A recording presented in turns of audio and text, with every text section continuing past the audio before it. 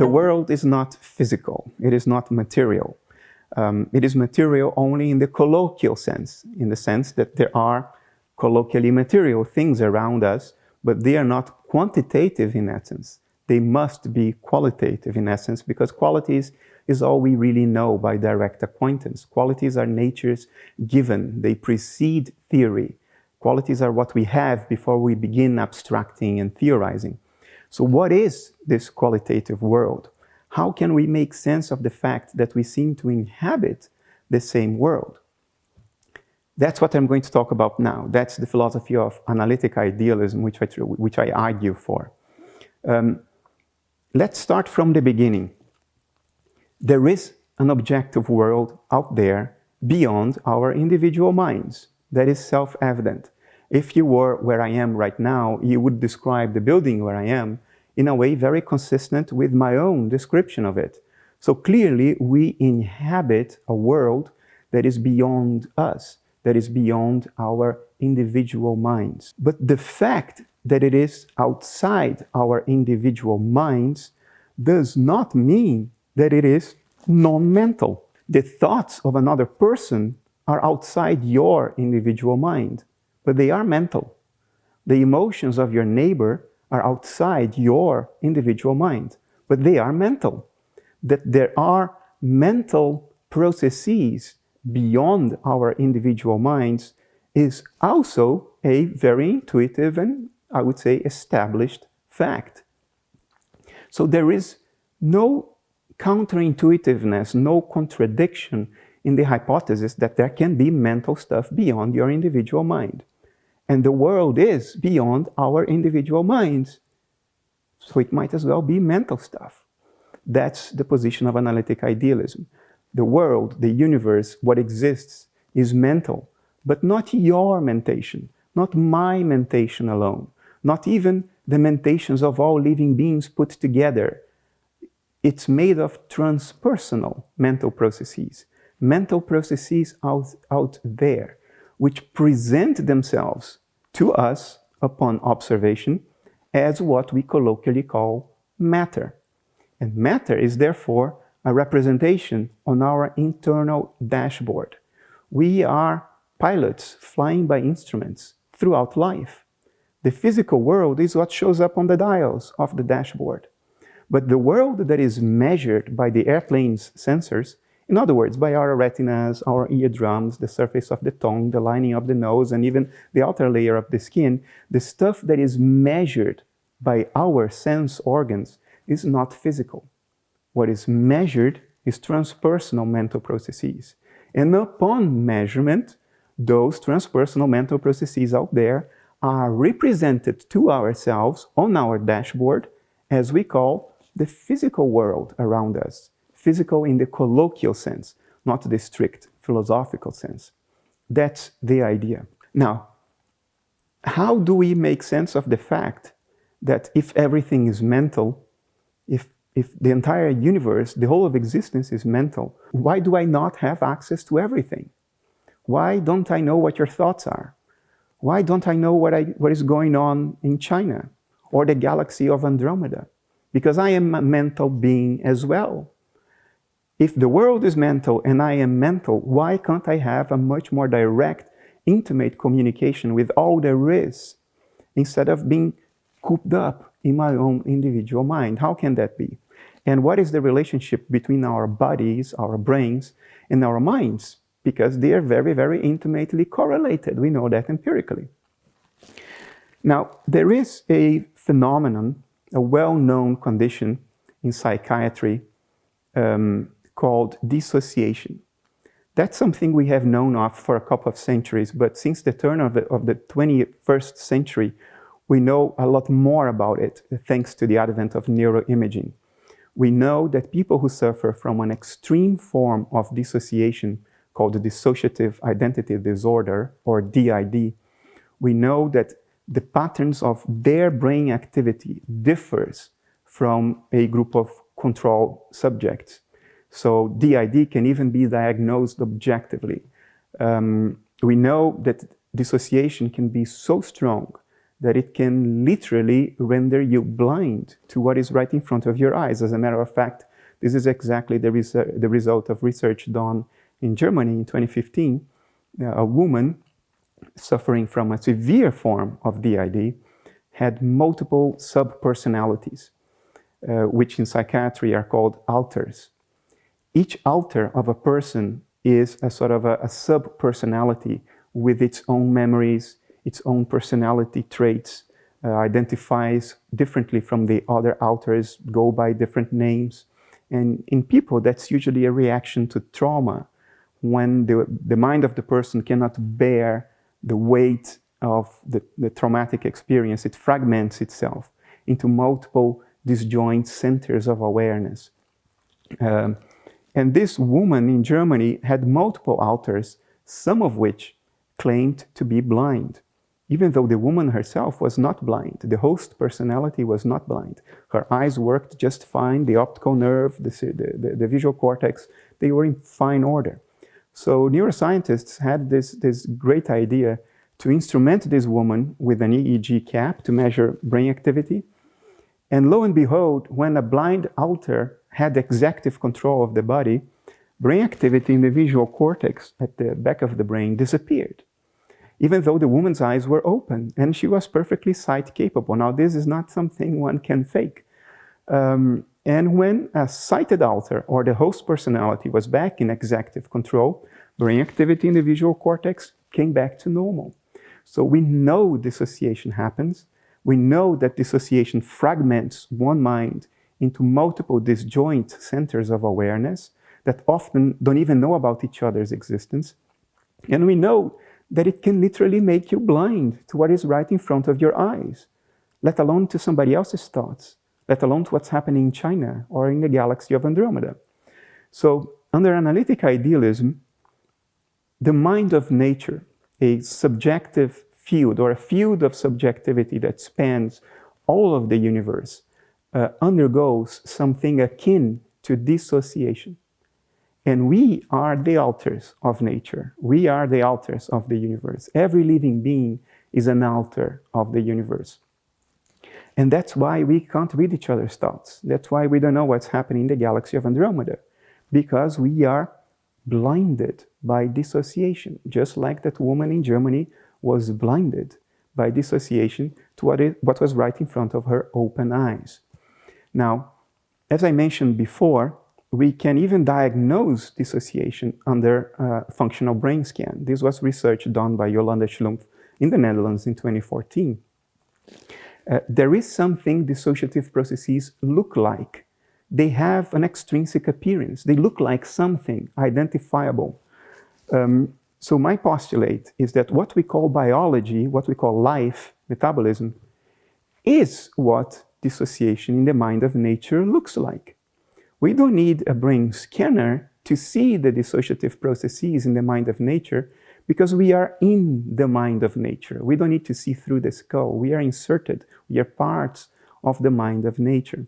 So if you look around to identify an image on the dashboard that correlates with dissociation, in other words, that is what dissociation looks like when represented on our dashboard, that image is life. That's what life is.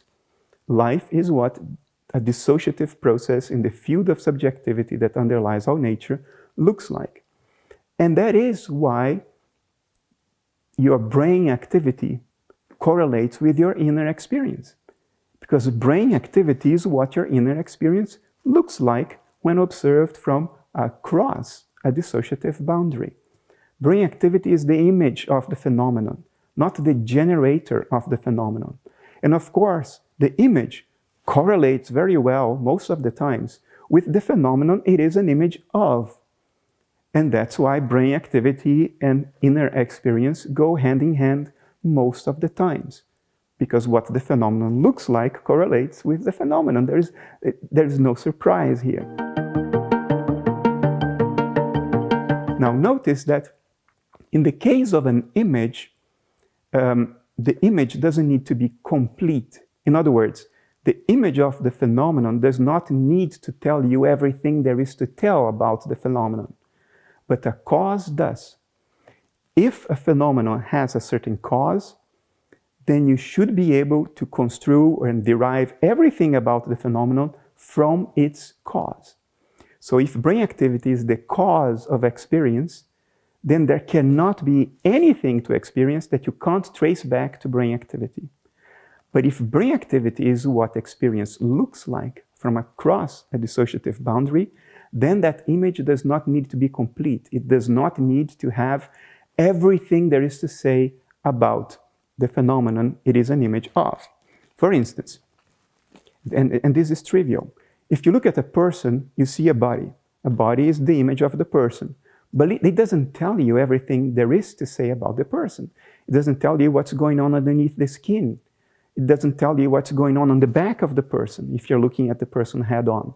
There are a great many things that are not told about the person by the person's image. In other words, the person's body. And that's why sometimes, like psychedelic experience, like in the choking game, or G-force-induced loss of consciousness, or trance, and so on and so forth, brain activity does not correlate with experience. I would go further, and I would say that brain activity, our body in general, because it is the image of the altar when represented on a dashboard, it is also a representation of the dissociative process itself, not only the contents within the dissociation. When you have an altar, that altar has certain memories, certain experiences, which you could describe as the contents of the altar. But what defines the altar as an altar is its dissociative boundary, which is also a process. And as a process, it should also look like something. There should be something that dissociation itself looks like, not only the contents of the dissociation. And that should be part of what we call brain activity. Some brain activity must be what the dissociative process itself looks like. And if psychedelics and the choking game and G-force-induced loss of consciousness and so on and so forth, if by impairing brain activity, they are in fact impairing the dissociation itself, the dissociative boundary, rendering the dissociative boundary more porous, more permeable, then you would expect there to be more experiences, because less dissociation means, by definition, more experiences. When that woman in Germany was blinded because of dissociation, upon that blind altar fading and the host personality reassuming control, the woman could see more experiences which correlate with a reduction of dissociation. So I would submit to you that most of the times, experience correlates with brain activity because one is what the other looks like. Not because one is the cause of, not because brain activity is the cause of experience, but because brain activity is what experience looks like. So more experience, more brain activity. Most of the times. But some impairments of brain activity are impairments of the dissociation itself. They render the dissociative boundary more porous. And then you will get less brain activity, less dissociation, and more experience. And I submit to you that's what happens in the psychedelic experience, under G-force-induced loss of consciousness, under anoxia or reduction of blood flow or oxygenation to the brain. That's what happens when people hyperventilate. There are even therapies that use hyperventilation for psychological integration, because hyperventilation increases the amount of oxygen in the blood too much, turns the blood alkaline, which is harmful to brain cells. So the brain capillaries, they shrink, and you get less blood flow to the brain, and that's why you can pass out if you hyperventilate. And people have learned, therapists have learned, that that has curative effects. Why? Well, because it's reducing dissociation in our individual minds. And that's what life is. Life is what dissociation looks like, and death is the end of life, or the end of dissociation. It's a reintegration of our inner experience, our inner being, into this spatially unbound field of subjectivity that underlies all of existence. Okay, how sure can I be of this? If I speak to you from a conceptual, analytic perspective, one can never be sure of anything except that there is experience. That's nature's sole given. Everything else entails some form of theorizing. But I submit to you that the important question is not what we can know for sure. The important question is, what do we have reasons to take seriously as a hypothesis? Let me give you an example. I do not know for sure that there is no flying spaghetti monster operating in a higher dimension and moving the planets around the sun using his invisible noodly appendages, because the empirical evidence is consistent with this hypothesis. The planets do go around the sun.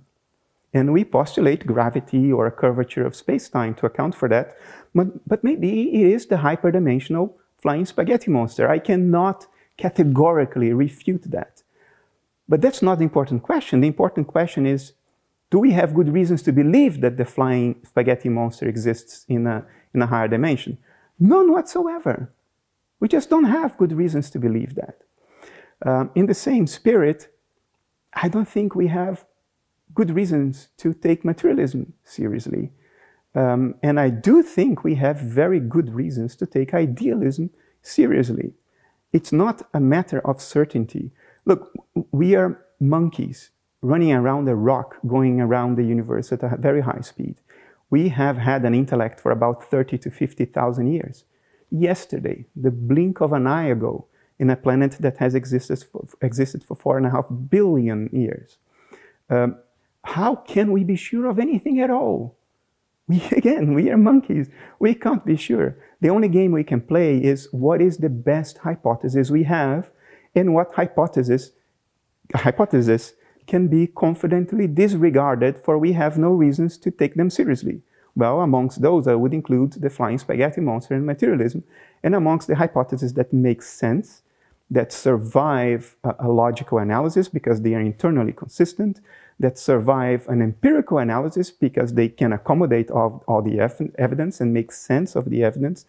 Amongst those hypotheses are the variations of idealism. And of course, I particularly like analytic idealism. It's the hypothesis that I think is most plausible, most explanatorily powerful. Am I sure about it? No, I'm a monkey. I can't be sure about it. But I live as though analytic idealism is true, because it's the best hypothesis I can come up with when I contemplate all the evidence and apply logic rigorously. People who think analytic idealism is implausible, often they operate under hidden materialist assumptions. For instance, they will say, how can mind be primary if when I prick my arm with a needle, which is a material event, I feel the pain? If I drink a beer, which is a physical liquid full of alcohol, my consciousness changes, my experience changes. So these are instances, they say, of physical causes having a mental effect. So physicality must precede mentation. Mentation must be a sort of a byproduct or an epiphenomenon or a consequence of physical processes, they say. And this may sound very intuitive to anybody who is making hidden physicalist assumptions, because you see, under idealism, the needle that pricks your arm is not a physical event. It is a mental event that is represented on the dashboard as a needle pricking your arm. That glass of alcohol is what a certain transpersonal mental process out there looks like. And when you ingest that alcohol, you're bringing an outside mental process inside the boundaries of your altar. And mental processes have effects on one another. That's trivial. If you think bad thoughts, you have bad emotions. If you're worried, your thoughts will be influenced by your emotions. Thoughts and emotions influence one another all the time. For exactly the same reason, that glass of alcohol influences your experience. And that needle pricking your arm leads to an experience. But the needle is not essentially physical. The alcohol is not essentially physical, because nothing is essentially physical under analytic idealism. The needle and the alcohol, or the pill that you ingest, those two are representations on our dashboard of dials of mental processes out there. And mental processes do have cause effects on one another. Another criticism that I often hear is it has to do with the hypothesis of life being what alters look like, dissociative alters. And people will say, I can shake hands with somebody else. I can hit someone else over the head. But one alter cannot shake hands with another alter. One alter cannot hit another alter over the head. Well, is that actually true? Let's look at the research. To make a proper comparison, we have to look at the dream life of patients with DID, dissociative identity disorder. Because if analytic idealism is correct, then we are all inside a mind, and there is nothing outside that mind. So to compare it properly to a patient with DID, we have to compare it to what happens in the mind of the patient with DID. So let's look at the dream life of patients with DID. Harvard did research on that, Deidre Barrett, many years ago.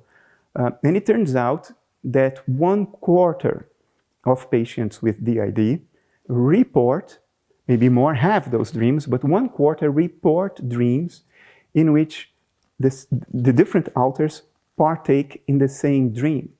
And they can see the other alters as different characters in the same dream. And lo and behold, yes, they can club one another over the head. Then there are dream reports containing exactly that kind of event. And after the dream, when the host personality wakes up and talks to a therapist, each alter reports the same dream to the therapist, but the same dream experienced from the alter's own unique perspective. And they report seeing the other alters and interacting with the other alters, talking to, shaking hands, and clubbing one another over the head. So the analogy with dissociation survives further than people tend to think at first. This may be the dream of the natural mind, and we are alters in the dream of natural mind, shaking hands, talking, and clubbing each other over the head.